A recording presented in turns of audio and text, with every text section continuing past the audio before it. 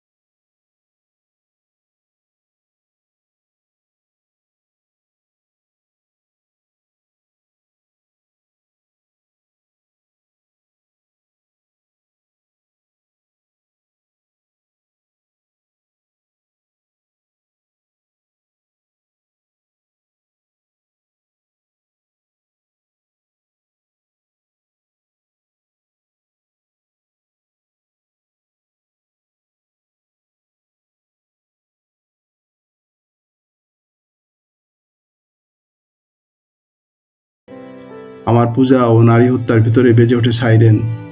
নিজের দুহাত যখন নিজের ইচ্ছে মতো কাজ করে, তখন মনে হয় ওরা সত্যিকারের। আজকাল আমার নিজের চোখ দুটো মনে হয় এক পলক সত্যি চোখ। এরকম সত্য পৃথিবীতে খুব বেশি নেই আর।